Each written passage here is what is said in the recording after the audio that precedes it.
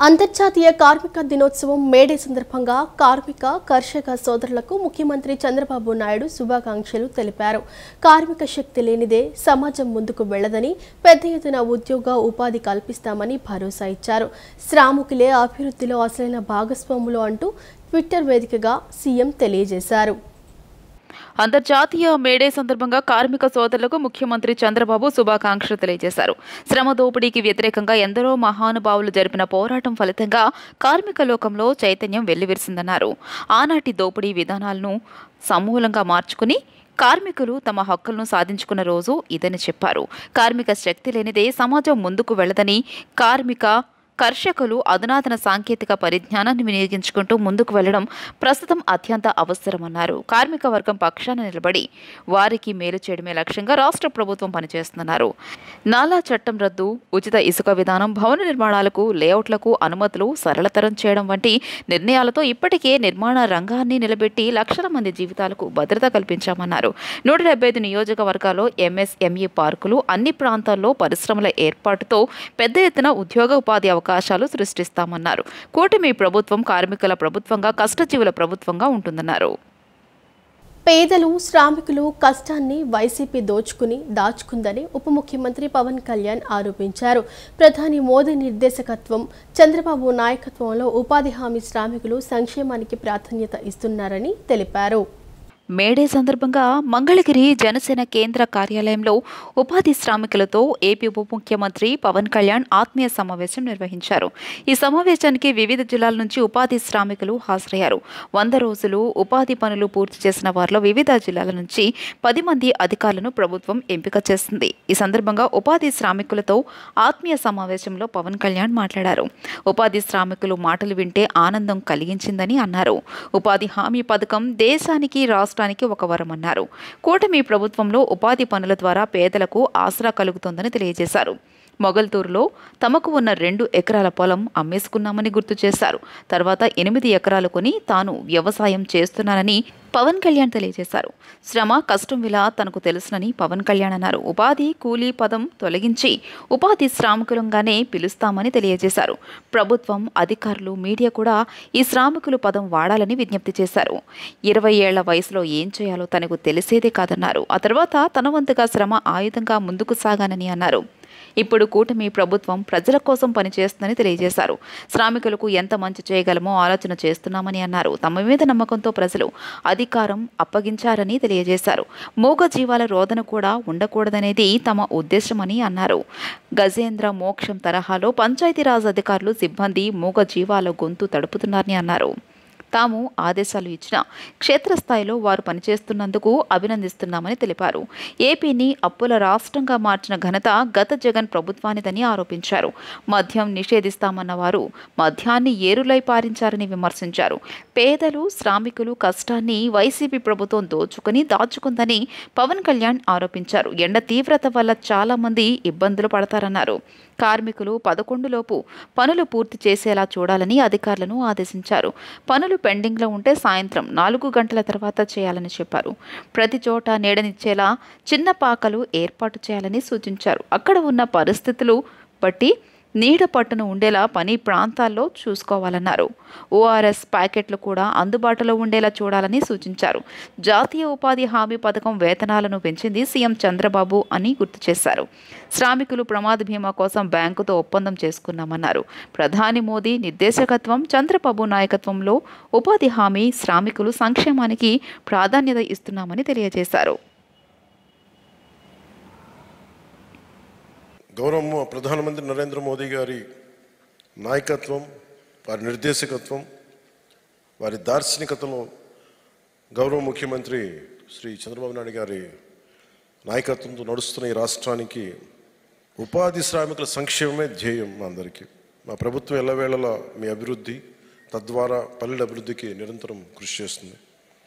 మీరు ఇచ్చిన స్ఫూర్తితో ఈ సంవత్సరం కూడా 27,500 గోకులాలు నిర్మించడానికి, 1,55,000 ఫారం పాండ్లు పూర్తి చేయడానికి, 1,00,000 ఎకరాల్లో పండ్ల తోటలు పెంచడానికి, 4,000 వేసిన రోడ్లు కాకుండా ఇంకా అదనంగా 4,000 కిలోమీటర్ల సీసీ రోడ్లని, 500 కిలోమీటర్ల సీసీ డ్రైన్లని చేయడానికి మేము కంకణం కట్టుకున్నాం. మనస్ఫూర్తిగా దాన్ని ముందుకు తీసుకెళ్తామని తెలియజేసుకుంటున్నాం.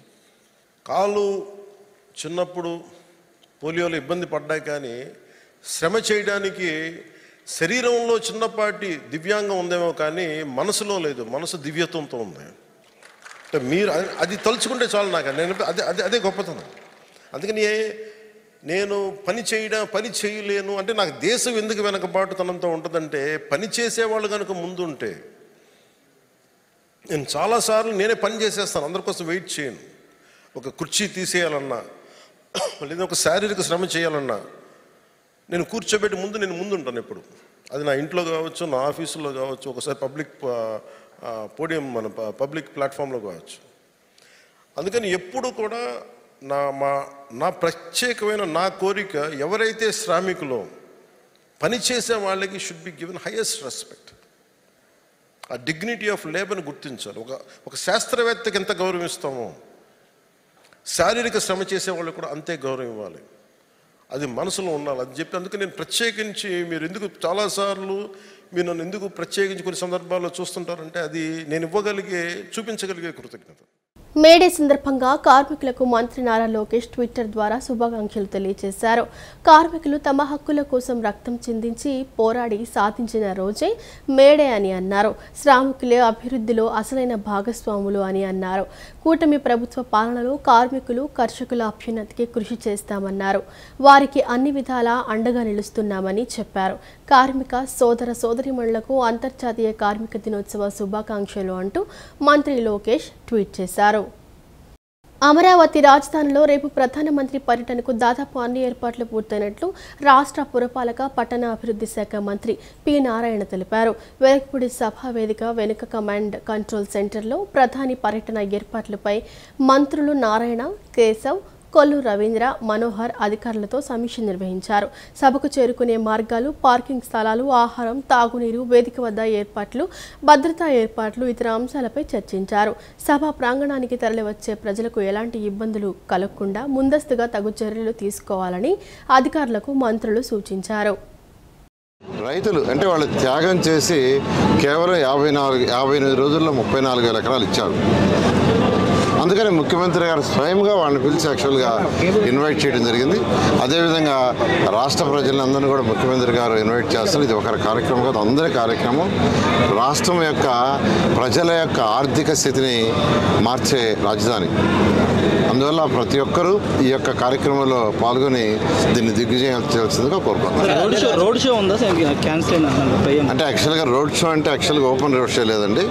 ప్రధానమంత్రి గారు హెలికాప్టర్ దిగి వచ్చిన తర్వాత 2 పక్కల మనుషులు ఉంటారు. అయితే ఆయన క్లోజ్డ్ కార్లో నుంచే ముందుకు పోవడం జరుగుతుంది సెక్యూరిటీ యాంగిల్లో. క్లైమేట్ కూడా తీసుకుంటే నిన్నటి వరకు చాలా హాట్గా ఉండింది. 8 గంటల తర్వాత అసలు ఇక్కడికి వచ్చే పరిస్థితి లేదు. అయితే వరుణ దేవుడు కూడా కరుణిస్తున్నాడు. ఈరోజు యాక్చువల్గా చాలా ఉంది. రేపు కూడా ఇలాగే ఉంటుందని వరుణ దేవుడు ఆశీర్వదిస్తాడని కోరుకుంటున్నాం. ఎవరైనా పిలవాలో వాళ్ళందరినీ ప్రోటోకాల్ వాళ్ళు పిలిచారు. దానికి ఒకటే ఇన్స్ట్రక్షన్ ఇచ్చాం.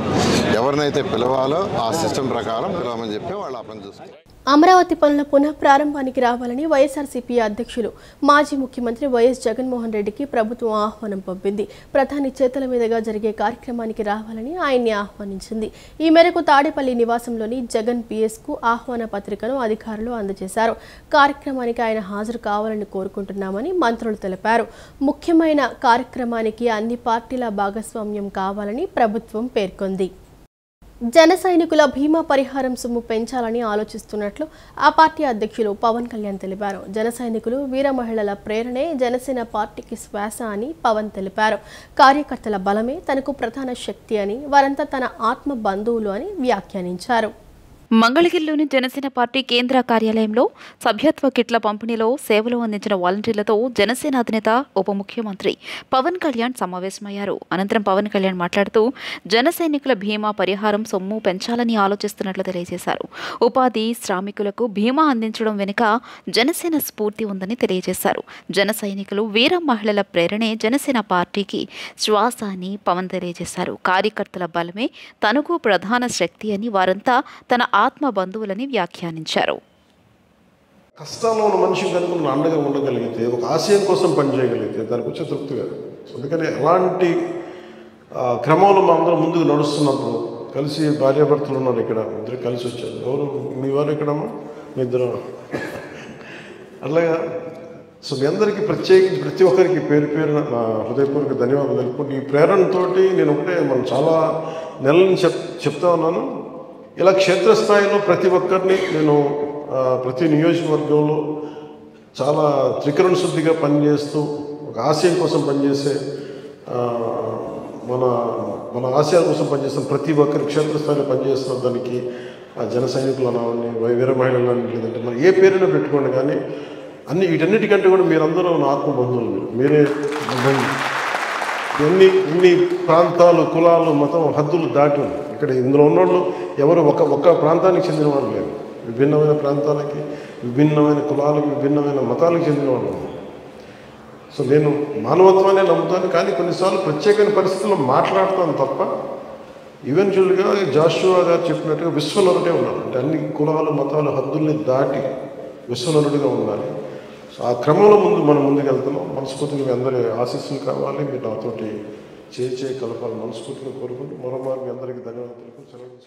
డిఎస్సిలో 3% క్రీడా కోటా వర్తింపజేస్తున్నట్లు రాష్ట్ర క్రీడల శాఖ మంత్రి మండిపల్లి రాంప్రసాద్ రెడ్డి వెల్లడించారు. రాష్ట్ర వ్యాప్తంగా మొత్తం 421 పోస్టులను క్రీడా కోటా ద్వారా భర్తీ చేయనున్నట్లు చెప్పారు.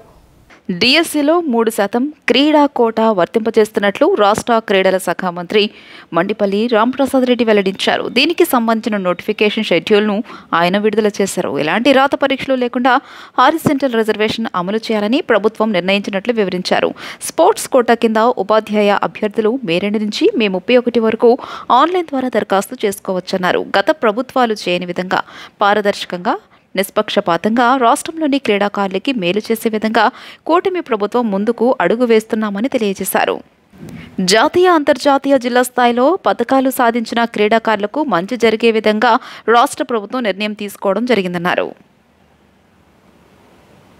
చేస్తూ ఒక చట్టాన్ని తీసుకొని రావడం, దానిలో భాగంగానే మా కూటమి ప్రభుత్వం యొక్క ఎన్నికల హామీ ఏదైతే ఉందో డిఎస్సిలో కూడా దీన్ని వర్తింపజేస్తూ ఈ 3% కూడా తీసుకొని రావడం జరిగింది. దానిలో భాగంగానే ఈ రోజు క్రీడలకు సంబంధించి 3% కోటా ఏదైతే ఉందో దానికి నోటిఫికేషన్ కూడా రిలీజ్ చేయడం జరుగుతా ఉంది. దీనికి మా తరపున, పూర్తిగా రాష్ట్రంలో ఉన్న క్రీడాకారుల తరపున ఈ ప్రభుత్వాన్ని ఏలుతున్న గౌరవ ముఖ్యమంత్రి చంద్రబాబు నాయుడు గారికి, అలాగే ప్రభుత్వ పెద్దలందరికీ పత్రికా ముఖంగా అలాగే మీడియా ముఖంగా ధన్యవాదాలు తెలియజేసుకుంటున్నా. మన అందరికీ తెలుసు, రాష్ట్రంలో త్వరలోనే డిఎస్సి నోటిఫికేషన్ వస్తా ఉంది. దానిలో సుమారుగా 16,500 టీచర్ పోస్టులు కూడా ఫిలప్ చేయడం జరుగుతూ ఉంది. దానిలోనే 3% ఏదైతే ఉందో ఆ 3%ను ఈ రాష్ట్రంలో, మిగతా రాష్ట్రాల్లో 1-2% ఉంటే మన రాష్ట్రంలో 3% కేటాయించడం జరిగింది. దాంట్లో ఇప్పుడు మనకు 421 పోస్టులను స్పోర్ట్స్ కోటాలో రాష్ట్రంలో ఉన్న క్రీడాకారులకు కేటాయించడం జరిగింది. ఆంధ్రప్రదేశ్ రాజధాని అమరావతి పనుల పునః ప్రారంభోత్సవానికి ప్రభుత్వం అన్ని జిల్లాల నుంచి ప్రజలను సమీకరిస్తోంది. రాష్ట్రంలోని 26 జిల్లాల వాసులను భాగస్వాములను చేయనుంది. ఇందులో భాగంగా రాజధానికి తరలివచ్చే వారి కోసం రవాణా వసతి కల్పిస్తోంది. దీనికి ఆర్టీసీతో పాటు ప్రైవేటు విద్యా సంస్థల నుంచి బస్సులను అధికారులు సమీకరిస్తున్నారు. సుమారు 5 లక్షల మంది సభకు వస్తారనే అంచనాతో అందుకు తగ్గట్లుగా ఏర్పాట్లు చేస్తున్నారు. ఎండలు ఎక్కువగా ఉన్నందున అదనపు జాగ్రత్తలు తీసుకుంటున్నారు. ఉదయం అల్పాహారం, మధ్యాహ్నం భోజనంతో పాటు అరటిపండ్లు, మంచినీటి సీసాలు, ఓఆర్ఎస్, మజ్జిగ ప్యాకెట్లు అందుబాటులో ఉండేలా చర్యలు తీసుకుంటున్నారు. ప్రధాని నరేంద్ర మోదీ రేపు రాజధాని అమరావతి పనులు పునః ప్రారంభ కార్యక్రమంలో పాల్గొన్నారు. రాజధానిలో చేపట్టే 49,040 కోట్ల రూపాయల పనులకు శంకుస్థాపన చేయనున్నారు. దీంతో పాటు రాష్ట్రంలోని డిఆర్డీఓ, డిపిఐఐటి, ఎన్హెచ్ఏఐ, రైల్వేకు సంబంధించి 57,962 కోట్ల రూపాయల విలువైన ప్రాజెక్టులకు శంకుస్థాపనలు, ప్రారంభోత్సవాలు చేస్తారు. ప్రధాని పర్యటన నేపథ్యంలో ఏర్పాట్లు తుది దశకు చేరుకున్నాయి. ఇందులో భాగంగా సభ కోసం 3 వేదికలను ఏర్పాటు చేశారు. ప్రధాన వేదికపై ప్రధాని మోదీ, సీఎం చంద్రబాబు, ఉప ముఖ్యమంత్రి పవన్ కళ్యాణ్ సహా మొత్తం 20 మంది ఆసీనులు కానున్నారు. మిగతా వీవీఐపీల కోసం మరో వేదిక ఉండనుంది. దానిపై 100 మంది ఉంటారు. వీటితో పాటు సాంస్కృతిక కార్యక్రమాలకు ప్రత్యేకంగా ఒక వేదిక వేదికగా ఉండనుంది. అమరావతి చరిత్ర, సాంస్కృతిక ప్రాధాన్యం, నిర్మాణ ప్రణాళిక, భవిష్యత్ కార్యాచరణ, భూ సమీకరణ విధానం వంటి అంశాల్ని మోదీకి వివరించేందుకు ప్రధాన వేదికకు వెనుక వైపు అమరావతి పెవిలియన్ ఏర్పాటు చేస్తున్నారు. సుమారు 5 లక్షల మంది సభకు హాజరవుతారని అంచనా. ఏపీలోని 26 జిల్లాల ప్రజలు తరలిరానున్నారు. దానికి తగ్గట్టు అన్ని ఏర్పాట్లు చేస్తున్నారు. రాజధాని చుట్టుపక్కల ఉన్న ఎన్టీఆర్, కృష్ణా, పశ్చిమ గోదావరి, ఏలూరు, గుంటూరు, బాపట్ల, పల్నాడు, ప్రకాశం జిల్లాల నుంచి ఎక్కువ మంది రానున్నారు. ఇందులో భాగంగా ఈ 8 జిల్లాలకు మొత్తం 6,600 బస్సుల్ని కేటాయించారు. మిగిలిన జిల్లాల్లోని 120 నియోజకవర్గాలకు 1,400 బస్సులు ఏర్పాటు చేస్తున్నారు. సభకు వచ్చే వారెవరికీ ఇబ్బంది కలగకుండా చర్యలు తీసుకుంటున్నారు. ఇందులో భాగంగా ప్రజలు సభకు చేరుకునేలా 11 మార్గాలను సిద్ధం చేశారు. అదేవిధంగా 11 చోట్ల వాహనాల పార్కింగ్ ప్రదేశాలను ఏర్పాటు చేశారు. ఎండలు ఎక్కువగా ఉన్నందున అదనపు జాగ్రత్తలు తీసుకుంటున్నారు. ఉదయం అల్పాహారం, మధ్యాహ్న భోజనంతో పాటు అరటి పండ్లు, మంచినీటి సీసాలు, ORS, మజ్జిగ ప్యాకెట్లు అందుబాటులో ఉండేలా చర్యలు తీసుకుంటున్నారు. మానసిక వికాసానికి, దేశ కీర్తిని ఇనుమడింప చేయడానికి కళలు దోహదపడతాయని రాష్ట్ర నాటక అకాడమీ చైర్మన్ గుమ్మడి గోపాలకృష్ణ అన్నారు. అంతర్జాతీయ నృత్య దినోత్సవం సందర్భంగా శ్రీ నటరాజ రామకృష్ణ ఆర్ట్స్ అకాడమీ ఆధ్వర్యంలో యువ నాట్యాచార్యుల సమ్మేళనం సిద్ధార్థ ఆడిటోరియంలో నిర్వహించారు. అనంతరం గురువులను సత్కరించారు. 21 మంది తమ నృత్య ప్రదర్శనలతో ప్రేక్షకులను ఆద్యంతం ఆకట్టుకున్నారు.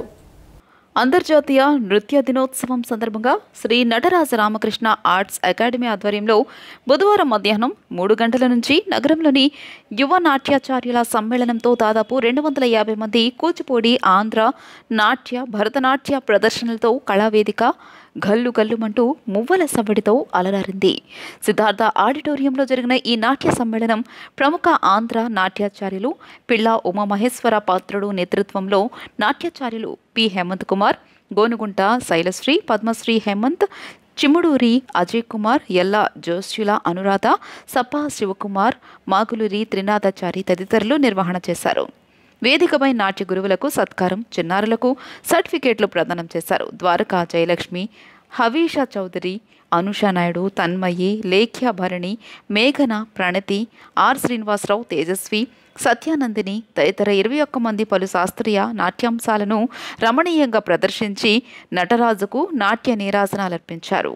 అనంతరం జరిగిన సభా కార్యక్రమంలో ముఖ్య అతిథిగా నాటకరంగ చైర్మన్ గుమ్మడి గోపాలకృష్ణ, ముఖ్య అతిథులుగా Sharada Ramakrishna, doctor M Ramesh, P V Bhaskar Sharma, Rameshetti Kondalarao, doctor Chinta Ravi Balakrishna, doctor Vanrasi Sravanakumar, Gujjari Apparao తదితరులు పాల్గొని భారతీయ శాస్త్రీయ నాట్యానికి ఉత్కృష్టమైనదని, వాటిలో దక్షిణాదిన కూచిపూడి, భరతనాట్యం, ఆంధ్రనాట్యం ప్రపంచ దేశాలలో ప్రత్యేకమైన గుర్తింపు కలిగి భారతదేశ కీర్తిని ఇనుమడింపచేశాయని, కళలు మానసిక ఆనందాన్ని కలిగిస్తాయని, అటువంటి వాటిలో శారీరక దారుఢ్యాన్ని కూడా నృత్యం కలిగిస్తుందన్నారు.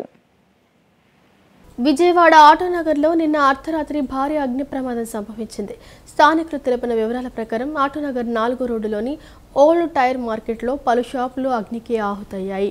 సమాచారం తెలుసుకున్న అగ్నిమాపక సిబ్బంది అక్కడికి చేరుకుని మంటలను అదుపులోకి తీసుకువచ్చారు. అగ్ని ప్రమాదం ఎలా జరిగింది అనే దానిపై పూర్తి వివరాలు తెలియాల్సి ఉందని అధికారులు తెలిపారు. కాగా ఈ ప్రమాదంలో ఎలాంటి ప్రాణ నష్టం జరగలేదు. ఈ వార్తలు ఇంతటితో సమాప్తం. నమస్కారం.